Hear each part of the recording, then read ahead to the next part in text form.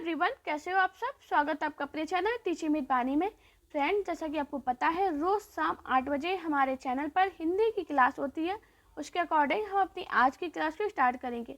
आज की जो हमारी क्लास है वो आधुनिक काल का सेकंड टॉपिक द्विवेदी युग से है। भारतेंदु युग हम लोग पढ़ चुके हैं पहले क्लास में, तो आप उस क्लास को जरूर देखना। 3 क्लास में मैंने भारतेंदु युग के सभी इंपॉर्टेंट क्वेश्चन आपको कराए, तो जरूर देखना।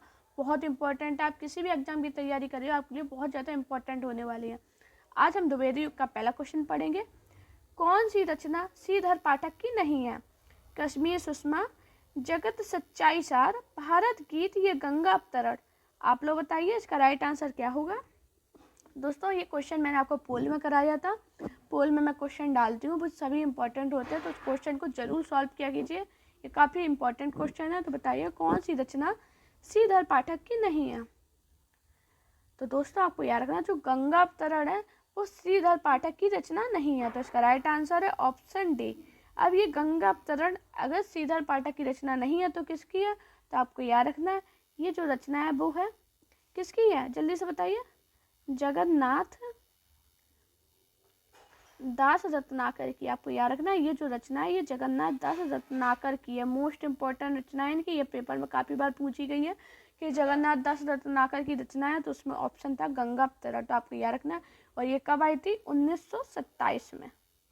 सन भी याद रखना, वैसे अभी सन से क्वेश्चन बना नहीं है, लेकिन फिर भी याद रखना। तो आपको ये याद रखना, एक क्वेश्चन बना था कि जो आधुनिक युग के श्रेष्ठ ब्रजभाषा कवि कौन है? तो आपको याद रखना, वो भी है जगन्नाथ दास रत्नाकर। जगन्नाथ दास रत्नाकर है, ये आधुनिक युग के श्रेष्ठ ब्रजभाषा कवि थे। तो मैंने क्या बताया, कौन सी रचना श्रीधर पाठक की नहीं है? तो आपको याद रखना गंगा अवतरण है। और जो गंगा अवतरण रचना है ये जगन्नाथ दास रत्नाकर की है, जो 1927 में आई थी।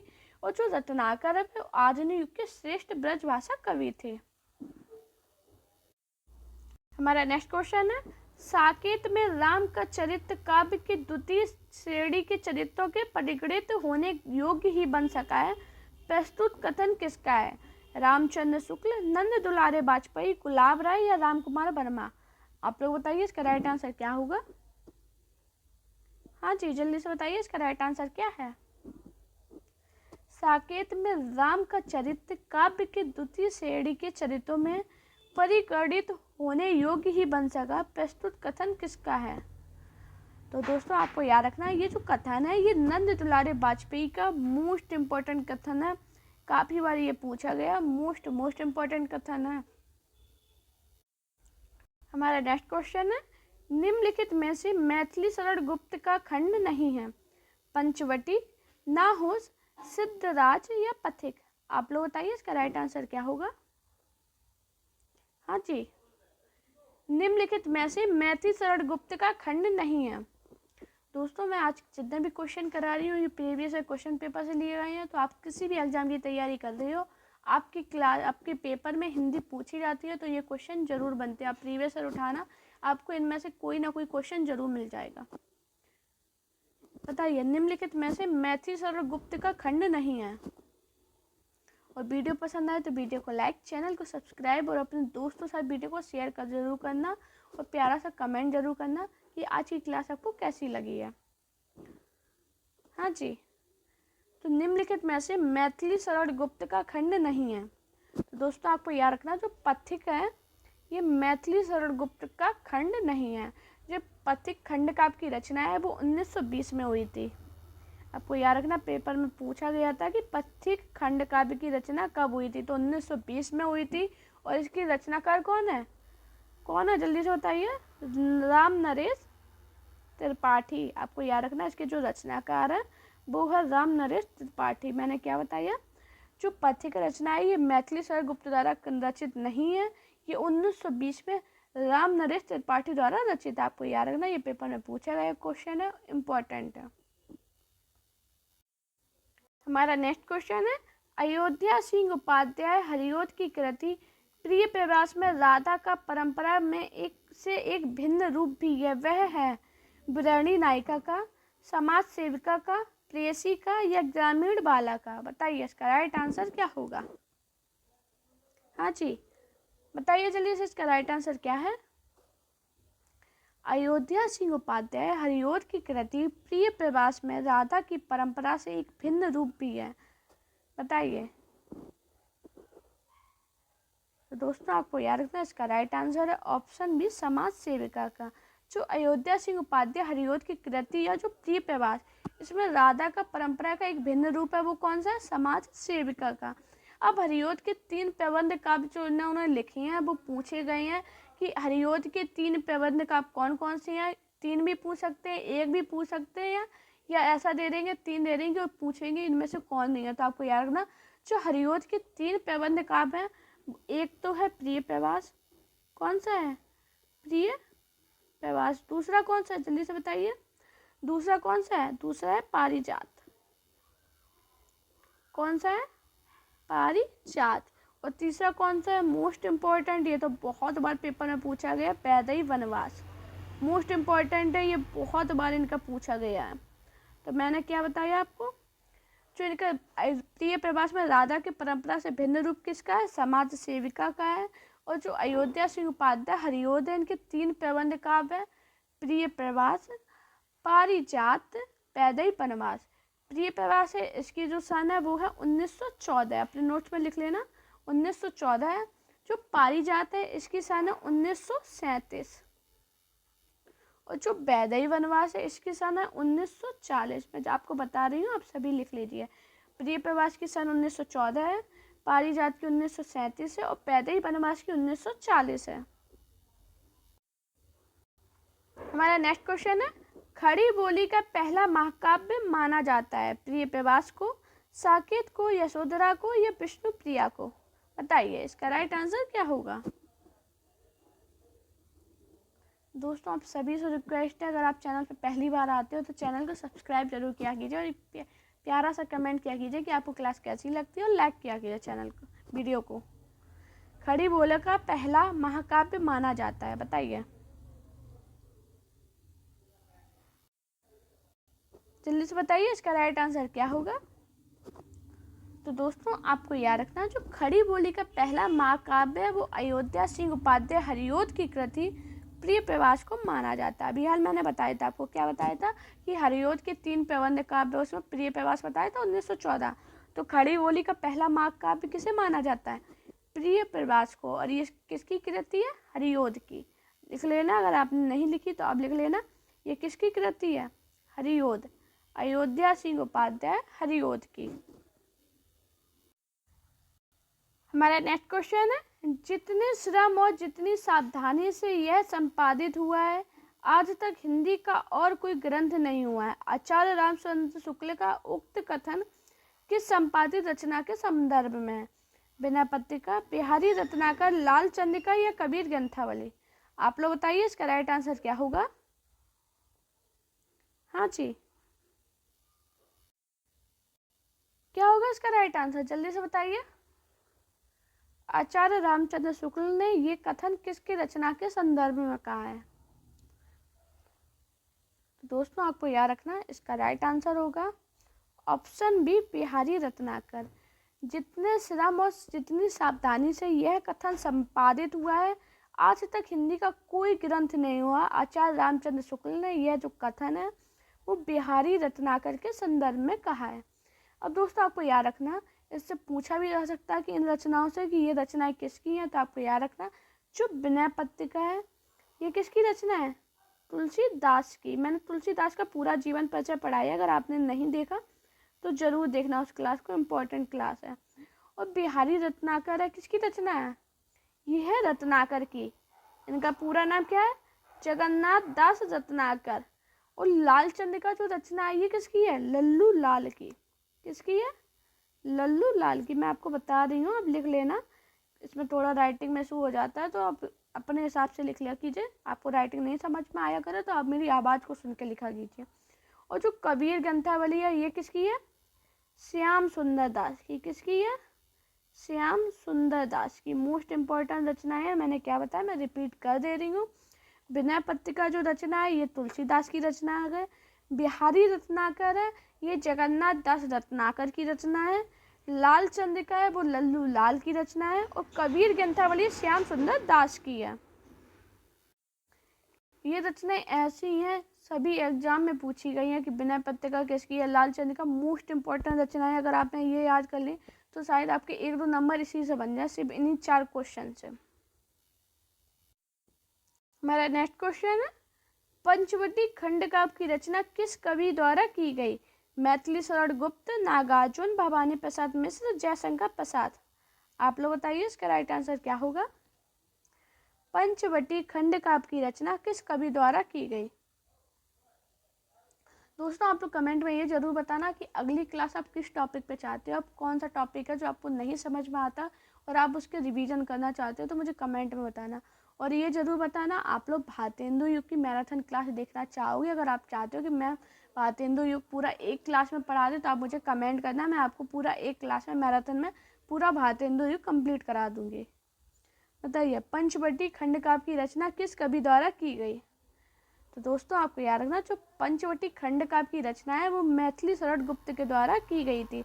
तो इसका राइट आंसर है ऑप्शन ए। अब ये पंचवटी की रचना है, खंड काव्य की रचना, ये मैथिली शरण गुप्त द्वारा कब की गई? तो आपको याद रखना 1925 में। कब की गई? 1925 में। और किसके द्वारा की गई? मैथिली शरण गुप्त के द्वारा। हमारा नेक्स्ट क्वेश्चन है, वे धर्म में विशिष्ट दैत्यवादी विचारों में गांधीवादी और साहित्य के अधिवादी हैं। यह कथन मैथिली शरण गुप्त के विषय में किसने कहा? गणपति चंद्र गुप्त, बच्चन सिंह, हजारी प्रसाद द्विवेदी या रामचंद्र शुक्ल। बताइए आप लोग इसका राइट आंसर क्या होगा। वे धर्म में विशिष्ट दैत्यवादी विचारों में गांधीवादी और साहित्य के अधिवादी, यह कथन किस मैथिली शरण गुप्त ने किसके विषय में कहा? तो दोस्तों आपको याद रखना है, ये जो कथन है मैथिली शरण गुप्त ने डॉक्टर बच्चन सिंह के लिए कहा था। तो इसका राइट आंसर होगा ऑप्शन बी।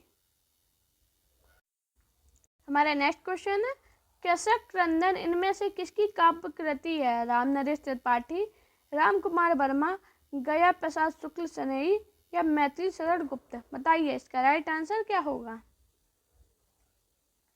सभी क्वेश्चन इंपॉर्टेंट है, आप किसी एग्जाम की तैयारी कर रहे हो आपके लिए सभी इंपॉर्टेंट है।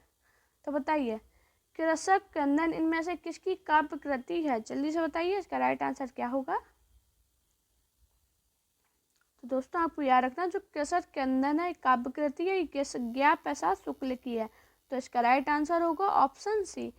गया प्रसाद शुक्ल की कुछ कृति हैं जो पेपर में बहुत पूछी जाती है, जिसमें सबसे ज़्यादा इम्पोर्टेंट है प्रेम पचीसी।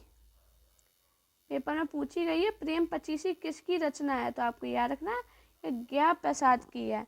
और एक पूछी जाती है राष्ट्रीय बीड़ा। कौन सी बीड़ा? राष्ट्रीय बीड़ा। मोस्ट इम्पॉर्टेंट है, ये दोनों कृति काफ़ी बार पेपर में पूछी गई हैं कि राष्ट्रीय बीड़ा किसकी कृति है? तो गया प्रसाद शुक्ल की है। प्रेम पचीसी किसकी है? गया प्रसाद शुक्ल की। अगर अपने नोट्स बनाते हो तो मैं जितने भी पॉइंट बताती हूँ अपने नोट्स में ज़रूर लिखा कीजिए। जितने भी ये पॉइंट होते हैं ये सभी इम्पॉर्टेंट है। जब आप एग्ज़ाम देने जाओगे तब आपको खुद समझ में आएगा कि हाँ जो मैम पढ़ाती थी वो गलत नहीं पढ़ाती थी, जितना पढ़ाया इम्पोर्टेंट पढ़ाया। हम 1 घंटे की क्लास नहीं लेते हैं जिसमें हम 1 घंटे की क्लास में आधा घंटा आपसे बातें करें, कोई मतलब नहीं है ऐसी क्लास का। एग्ज़ाम का टाइम है, उतना पढ़ो जो आपके काम का हो और एकदम सॉलिड हो। हमारा नेक्स्ट क्वेश्चन है, निम्नलिखित कृतियों में से अनेक प्रकाशन वर्ष के आरोही क्रम में व्यक्त करने वाली श्रेणी है। बताइए जय भारत, साकेत, भारत भारती, यशोधरा। इनमें से बताइए कौन सा किसे आप आरोही क्रम में लगाओगे। सभी की अगर सन आपको याद होगी तो आप तुरंत लगा लोगे, आपके लिए 2 मिनट का काम है ये। तो बताइए दोस्तों, बताइए जल्दी से इसका राइट आंसर क्या होगा। यशोधरा कब आई थी? 1932 में। साकेत कब आई थी? 1931 में। और भारत भारती कब आई थी? 1912 में। और जय भारत कब आई थी? जय भारत बताइए जल्दी से। 1952 में। यह तो हो गया। अब आरोही क्रम का मतलब क्या होता है? तो बताइए जल्दी से आरोही क्रम का मतलब क्या होता है। तो लगाइए से, आरोही क्रम में लगाइए जल्दी से। सबसे पहले क्या आएगा? भारत भारती, फिर आएगा साकेत, फिर क्या आएगा? यशोधरा, और फिर आएगा जय भारत। तो इसका राइट आंसर क्या होगा? Option B. इंपॉर्टेंट रचनाएं थी, ये पेपर में पूछी गई हैं। यशोधरा कब आई थी? 1932 में। साकेत कब आई? तो 1931 में। भारत भारती 1912 और जय भारत 1952 में। तो इसका आरोही क्रम क्या होगा? भारत भारती, फिर साकेत, फिर यशोधरा, ये और जय भारत। मोस्ट इम्पोर्टेंट क्वेश्चन है ये। 3-4 एग्जाम में पूछा गया। यूपी टीजीटी में पूछा गया, कि DPSS भी टीजीटी में पूछा गया था, KBS में भी पूछा गया है, और जो झारखंड में भी पूछा गया। तो इम्पोर्टेंट क्वेश्चन है, समझ लो बहुत इंपॉर्टेंट ये क्वेश्चन है। हमारा नेक्स्ट क्वेश्चन है, निम्नलिखित में से किस कवि का उपनाम हितैषी है? गोपाल शरण सिंह, जगदम्बा प्रसाद, तुलसीराम शर्मा या अनूप शर्मा? दोस्तों मैंने उपनाम की क्लास पढ़ाई है, उस क्लास को ज़रूर पढ़िएगा, बहुत इंपॉर्टेंट क्लास है। अब तक 8000 से ज़्यादा लोग उस क्लास को देख चुके हैं। मोस्ट इंपॉर्टेंट क्लास है। ऐसे पेपर में ऐसे क्वेश्चन बनते हैं कि किसका क्या उपनाम है। अगर वो आप क्लास पढ़ लोगे 10-15 मिनट की क्लास, उसमें जितने भी उपनाम पेपर में पूछे जाते हैं वो मैंने सभी पढ़ाए हैं। आप चैनल पर जाओगे सबसे पहले आपको मिल जाएगी वो उपनाम की क्लास, तो उस क्लास को ज़रूर देखना। निम्नलिखित में से किस कवि का उपनाम हितैषी है? तो याद रखिएगा इसका राइट आंसर क्या होगा। इसका राइट आंसर है ऑप्शन बी, जगदम्बा प्रसाद। तो मैंने क्या बताया, हितैषी किसका उपनाम है? जगदम्बा प्रसाद का। हमारा नेक्स्ट क्वेश्चन है, आज रात इससे परदेसी कल कीजिए विश्राम यहीं, जो कुछ वस्तु कूटी में मेरे ग्रहण संकोच नहीं। प्रस्तुत काव्य पंक्ति के रचनाकार है अंबिका दत्त व्यास, श्रीधर पाठक, राम नरेश त्रिपाठी या अयोध्या सिंह उपाध्याय हरिओड? बताइए इसका राइट आंसर क्या होगा। आज रात इससे परदेसी कल कीजिए विश्राम यही, जो कुछ वस्तु कुटी में मेरे ग्रहण संकोच नहीं। बताइए पंक्ति के रचनाकार कौन है? बताइए जल्दी से इसका राइट आंसर क्या होगा। ये UGC नेट में पूछा गया था क्वेश्चन। आज के जितने भी क्वेश्चन थे ये इम्पोर्टेंट थे। तो दोस्तों आपको याद रखना है, ये जो पंक्ति है वो श्रीधर पाठक के रचनाकार हैं इसके। तो इसका राइट आंसर क्या है? Option B. हमारा नेक्स्ट क्वेश्चन है, निम्न में से कौन सी रचना रत्नाकर की नहीं है? उद्धव शतक, सुंदरी तिलक, रत्नाष्टक या समालोचन दर्श? बताइए इसका राइट आंसर क्या होगा। जल्दी से बताइए इसका राइट आंसर क्या है। कौन सी रचना रत्नाकर की नहीं है? हाँ जी, तो दोस्तों आपको याद रखना, जो सुंदरी तिलक है ये रत्नाकर की रचना नहीं है। तो इसका राइट आंसर है ऑप्शन बी। अब मुझे सभी लोग कमेंट करना कि सुंदरी तिलक किसकी रचना है। मैंने काफ़ी बार आपको रचनाएं पढ़ाई हैं, इसलिए ये क्वेश्चन मैं आपसे पूछ रही हूँ। हमारा नेक्स्ट क्वेश्चन है, श्रीधर पाठक ने कौन सा अनुवाद ब्रज भाषा में किया? उजड़ ग्राम, ऋतु संहार, जासूस या रसकलश? बताइए इसका राइट आंसर क्या होगा। श्रीधर पाठक ने कौन सा अनुवाद ब्रज भाषा में किया? हाँ जी, और इसकी सन भी बताना। ये भी DPSS TGT मेल में पूछा गया था क्वेश्चन। तो बताइए इसका राइट आंसर क्या होगा।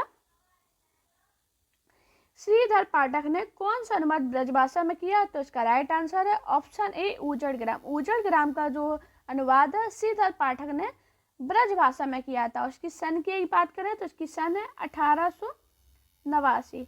अब श्रीधर पाठक से क्वेश्चन बनता है कि इन्होंने किसका अनुवाद खड़ी बोली में किया था? तो आपको याद रखना एकांतवासी। किसका किया था? एकांतवासी। एकांतवासी और आगे क्या था बताइए जल्दी से। एकांतवासी योगी। हाँ जी, एकांतवासी योगी है। इन्होंने इसका अनुवाद खड़ी बोली में किया था। इसकी सन की बात करें तो 1886। ये भी पेपर में पूछा गया है। यूपी TGT में पूछा गया तो DPSS PGT में भी शायद पूछा गया कि एकांतवासी योगी का अनुवाद खड़ी बोली में किसने किया? तो आपको याद रखना श्रीधर पाठक ने किया। इनकी एक और अनुवाद जिन्होंने इन्होंने खड़ी बोली में किया, श्रांत पथिक। ये भी पेपर में पूछा गया, श्रांत पथिक। श्रांत पथिक का भी अनुवाद इन्होंने खड़ी बोली में किया था। और इसकी सन की बात करें तो 1902। सभी को आपको याद रखना मैंने क्या बताया। श्रीधर पाठक ने उजड़ ग्राम का अनुवाद ब्रजभाषा में 1889 में किया। एकांतवासी योगी और श्रांत पथिक, एकांतवासी योगी का 1886 में खड़ी बोली में अनुवाद किया और श्रांत पथिक का 1902 में खड़ी बोली में को हिंदी में अनुवाद किया। हमारा नेक्स्ट क्वेश्चन है, गौतम बुद्ध की पत्नी की उज्जवल चरित्र के अंकन के लिए मैथिली शरण गुप्त ने किस ग्रंथ की रचना की? अर्जन, यशोधरा, द्वापर या झंकार? आप लोग बताइए इसका राइट आंसर क्या होगा। गौतम बुद्ध की पत्नी की उज्जवल चरित्र के अंकन के लिए मैथिली शरण गुप्त ने किस ग्रंथ की रचना की? ये भी DSSB TGT मेल में पूछा गया था क्वेश्चन, तो बताइए इसका राइट आंसर क्या होगा।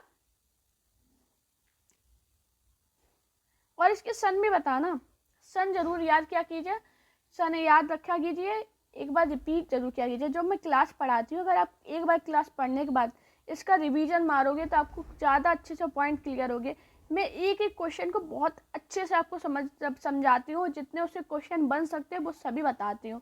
तो प्लीज़ दोबारा रिपीट जरूर किया कीजिए, जिससे आपको ज़्यादा अच्छे समझ में आए। और ये क्वेश्चन होते हैं, ये प्रीवियस ईयर है। अगर प्रीवियस क्वेश्चन आप लगा रहे हो तो मुझे नहीं लगता आपको अलग से खरीदने की ज़रूरत है। आप डेली अगर यही पढ़ लिए ना, जब आप एग्जाम देने जाओगे तो देखो कि डिट्टो क्वेश्चन मिलते हैं। अलग अलग स्टेट के सारे क्वेश्चन होते हैं, सिलेबस वही है तो वही सब घुमा फिरा के क्वेश्चन दिए जाते हैं। थोड़ी लैंग्वेज चेंज कर सकते हैं, क्या करेंगे। अगर रचना पूछनी होगी तो उसमें कितनी भी लैंग्वेज चेंज करें आपको समझ में आ जाएगा ये रचना पूछी गई। अगर आप प्रीवियस से लगा रहे बहुत फ़ायदा करती है। ये समझ लीजिए पेपर पूरे रिपीट हो जाते हैं। यूपी में टेट का पेपर था, पूरा रिपीट आया था, ये समझ लीजिए। गौतम बुद्ध की पत्नी की उज्जवल चरित्र अंकन के लिए मैथिली शरण गुप्त ने किस ग्रंथ की रचना की? तो इसका राइट आंसर है ऑप्शन बी, यशोधरा। यशोधरा ग्रंथ की रचना की थी और इसकी सन क्या थी? 1932 ईस्वी। ये इंपॉर्टेंट पॉइंट है। अगर इसकी शैली की बात करें तो गीति नाट्य शैली पर की थी। शैली कौन सी थी? गीति नाट्य शैली। इसमें महात्मा बुद्ध के संन्यास के उपरांत यशोधरा की उदात्त स्थिति का चित्रण है। यशोधरा की उदात्त स्थिति का चित्रण है, आपको लिख लेना है। मैं आपको बता रही हूँ, फिर से रिपीट कर रही हूँ। यशोधरा 1932 ईस्वी में रचना किसने की? मैथिली शरण गुप्त ने की। इसमें गीति नाट्य शैली पर की है। इसमें महात्मा बुद्ध के संन्यास के उपरांत यशोधरा के उस उदात्त स्थिति का चित्रण है। जितने भी पॉइंट बता रही हूँ इंपॉर्टेंट है, नोट्स में जरूर लिखना। मैं आपसे बार बार कह रही हूँ, इसीलिए कह रही हूँ कि अपने नोट्स बनाओगे तो ज़्यादा बेस्ट रहेगा। मैं PDF आपको दे दूंगी, लेकिन उसके बाद भी अगर नोट्स बना रहे हो तो आपके लिए बहुत ज़्यादा फायदा करेंगे वो। हमारा नेक्स्ट क्वेश्चन है, मनोविनोद भाग 1, 2 और 3 किसकी रचना है? मुक्तिबोध, पंत, श्रीधर पाठक या सेनापति? बताइए। मनोविनोद भाग 1, 2 और 3 किसकी रचना है? जल्दी से बताइए इसका राइट आंसर क्या होगा। ये DSSB PGT में पूछा गया क्वेश्चन है। हाँ जी, बताइए इसका राइट आंसर क्या है। तो दोस्तों आपको याद रखना, मनोविनोद भाग 1, 2 और 3 ये जो रचना है वो है श्रीधर पाठक की। तो इसका राइट आंसर होगा ऑप्शन सी। अब श्रीधर पाठक से क्वेश्चन बनते हैं कि ये है कौन। तो आपको याद रखना, जो श्रीधर पाठक ये खड़ी बोली के प्रथम स्वच्छंदवादी कवि हैं। कौन है? कौन है? स्वच्छंदवादी, स्वच्छंदवादी। आपको इंपॉर्टेंट पॉइंट है, जरूर लिखना। खड़ी बोली के हैं। कौन सी बोली के हैं? खड़ी बोली के। मैंने क्या बताया? श्रीधर पाठक खड़ी बोली के प्रथम स्वच्छंदवादी कवि हैं। अब इससे क्वेश्चन बनता है, श्रीधर पाठक की जो रचना है ये मनोविनोद भाग, ये किस भाषा में है? तो आपको याद रखना, ये मनोविनोद भाग जो है श्रीधर पाठक का ब्रज भाषा में रचित एक मौलिक काव्य है। ब्रज भाषा में रचित एक मौलिक काव्य। मैंने क्या बताया? मनोविनोद भाग 1, 2 और 3 किसके द्वारा रचित है? श्रीधर पाठक के द्वारा। और ये ब्रज भाषा में रचित एक मौलिक काव्य है। कौन सी भाषा में रचित? ब्रज भाषा। इंपॉर्टेंट पॉइंट है, जितने बताती है सभी इंपॉर्टेंट होते हैं। ब्रज भाषा में रचित मौलिक काव्य। श्रीधर पाठक खड़ी बोली के प्रथम स्वच्छंदवादी कवि हैं।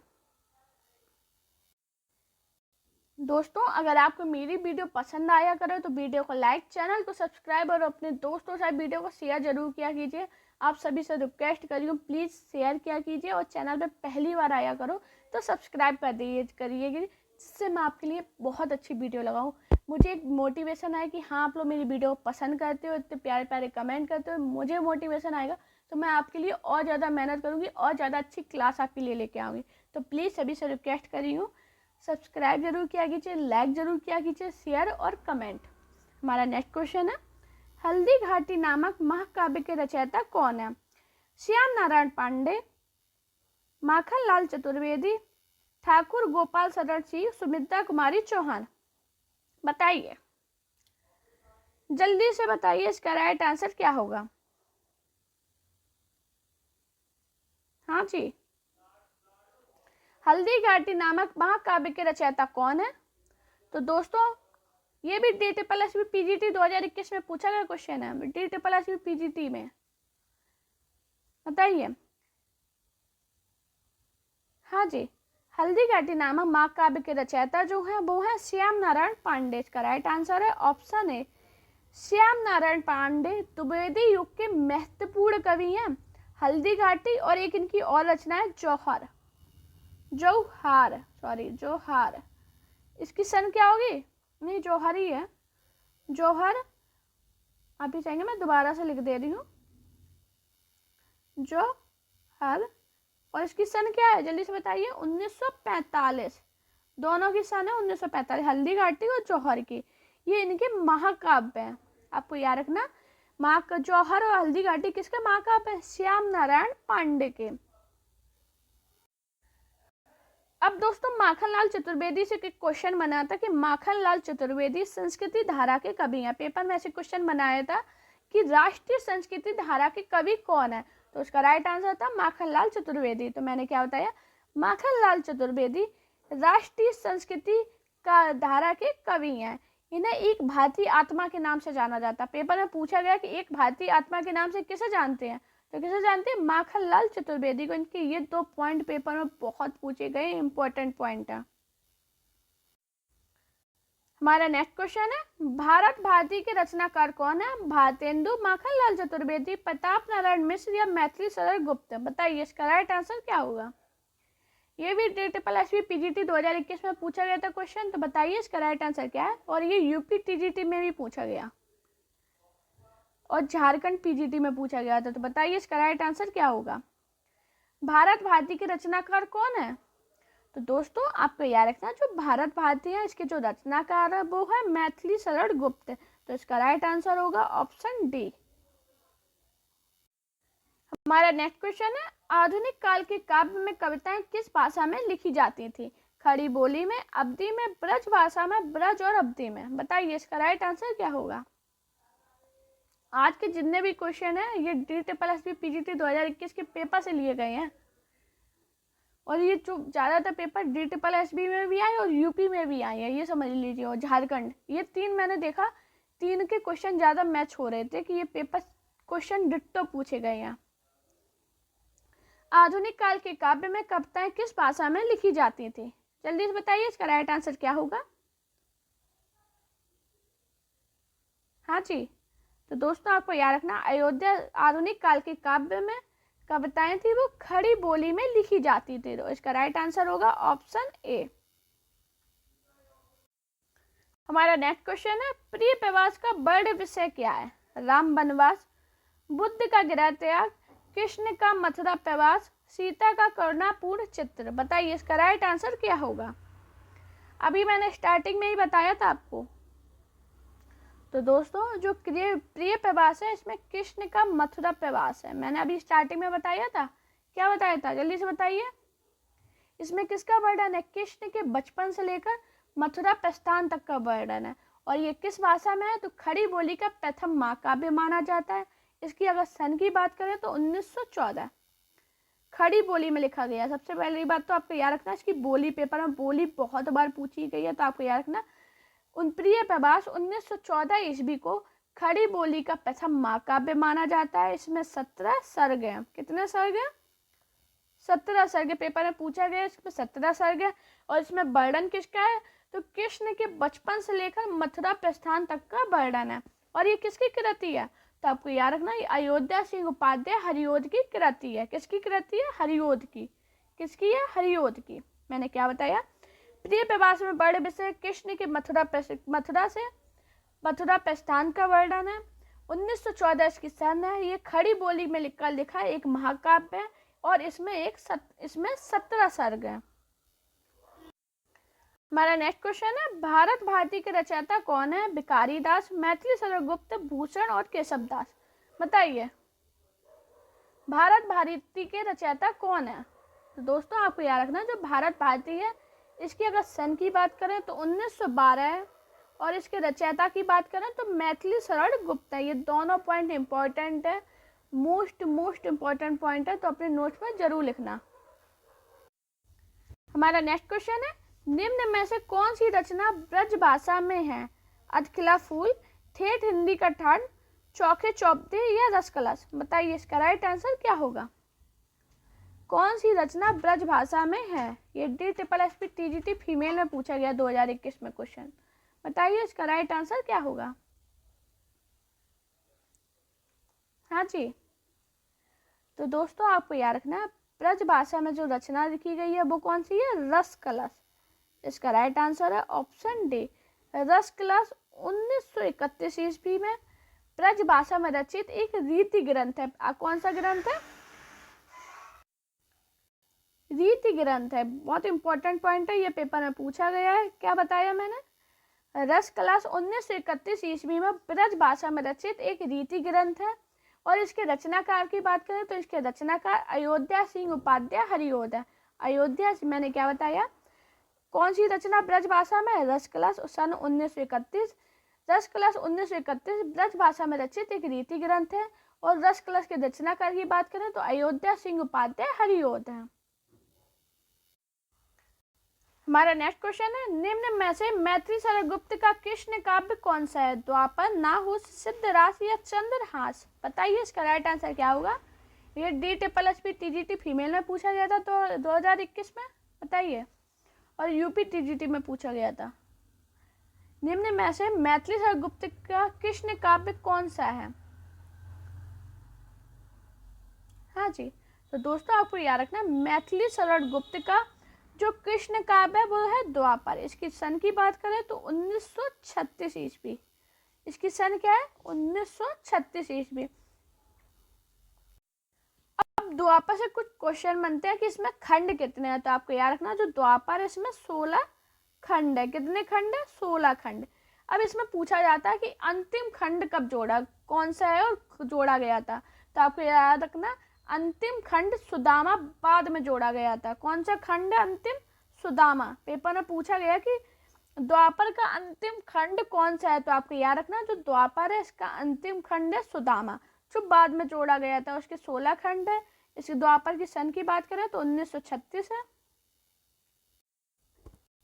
हमारा नेक्स्ट क्वेश्चन है, दिवस का अवसान समीप था किस रचना से है? झरना से, करुणा से, प्रिय प्रवाह से या युगांत से। आप लोग बताइए इसका राइट आंसर क्या होगा? ये DSSB PGT में पूछा गया था और UP TGT में पूछा गया, तो बताइए इसका राइट आंसर क्या होगा? दिवस का अवसान समीप था किस रचना से है? हाँ जी, तो दोस्तों आपको याद रखना, इसका राइट आंसर है ऑप्शन सी, प्रिय प्रवास। अब प्रिय प्रवास किसकी रचना है? अयोध्या सिंह उपाध्याय हरिओद की। मैंने काफी बार बताया तो आपको याद होगा किसकी रचना है? अयोध्या सिंह उपाध्याय हरिओद की। और ये जो प्रिय प्रवास है ये खड़ी बोली हिंदी का प्रथम महाकाव्य माना जाता है। आपको याद रखना, खड़ी बोली हिंदी का प्रथम महाकाव्य कौन है? प्रिय प्रवास है। प्रिय प्रवास की सन की बात करें तो 1914 है। हमारा नेक्स्ट क्वेश्चन है, पारिजात महाकाव्य किसके द्वारा रचित है? हरिओद, मैथिली शरण गुप्त, सियाराम शरण गुप्त या श्रीधर पाठक। आप लोग बताइए इसका राइट आंसर क्या होगा? पारिजात महाकाव्य किसके द्वारा रचित है? तो दोस्तों आपको याद रखना, जो पारिजात महाकाव्य है ये अयोध्या सिंह उपाध्याय हरिओद के द्वारा रचित है, तो इसका राइट आंसर होगा ऑप्शन ए। अगर इसकी सन की बात करें तो इसकी सन है 1937 ईस्वी। हमारा नेक्स्ट क्वेश्चन है, कुणाल गीत के रचयिता कौन थे? माखनलाल चतुर्वेदी, मुक्तिबोध, मैथिली शरण गुप्त या दिनकर। बताइए इसका राइट आंसर क्या होगा? ये भी DSSB PGT में पूछा गया था। कुणाल गीत के रचयिता कौन थे? तो दोस्तों आपको याद रखना, जो कुणाल गीत के रचयिता है वो है मैथिली शरण गुप्त, तो इसका राइट आंसर होगा ऑप्शन सी, मैंने क्या बताया? कुणाल गीत मैथिली शरद गुप्त का एक खंड काव्य है। कौन सा काव्य है? खंड काव्य। ये पेपर में पूछा गया है, क्वेश्चन इंपॉर्टेंट है। खंड काव्य है। इनके जो और भी खंड काव्य, उसमें सबसे ज़्यादा पूछा जाता भारत भारती, जो मैंने आपको कराया है। भारत भारती के बाद पूछा जाता द्वापर, नाहुस, जय भारत, शकुंतला। बहुत काफ़ी बार पूछा गया शकुंतला, मोस्ट इम्पॉर्टेंट है, ये भी लिख लेना, शकुंतला। और विष्णु प्रिया। कौन सी प्रिया? विष्णु प्रिया। ये सभी पेपर में काफ़ी बार ये पूछे गए हैं। मैंने क्या बताया आपको? कुणाल गीत मैथिली शरद गुप्त का एक खंड काव्य है। इनके जो प्रमुख खंड काव्य है जिसमें आता है शकुंतला और विष्णु प्रिया, ये इंपॉर्टेंट है। बाकी अब मैंने आपको बता ही दिया, पंचवटी, भारत भारती, द्वापर, जय भारत, शकुंतला, विष्णु प्रिया। दोस्तों, अगर आपको मेरी वीडियो पसंद आई हो तो वीडियो को लाइक कीजिए, चैनल को सब्सक्राइब कीजिए और अपने दोस्तों से वीडियो को शेयर कीजिए। साथ में मेरा टेलीग्राम अकाउंट टीचिंग विद वानी को जरूर रन करना और मेरा इंस्टाग्राम अकाउंट वानी शर्मा ऑफिशियल पर मुझे फॉलो कीजिए। अपना प्यार और सपोर्ट चैनल पर इसी बेकार बनाए रखिए। Thank you guys watching this video.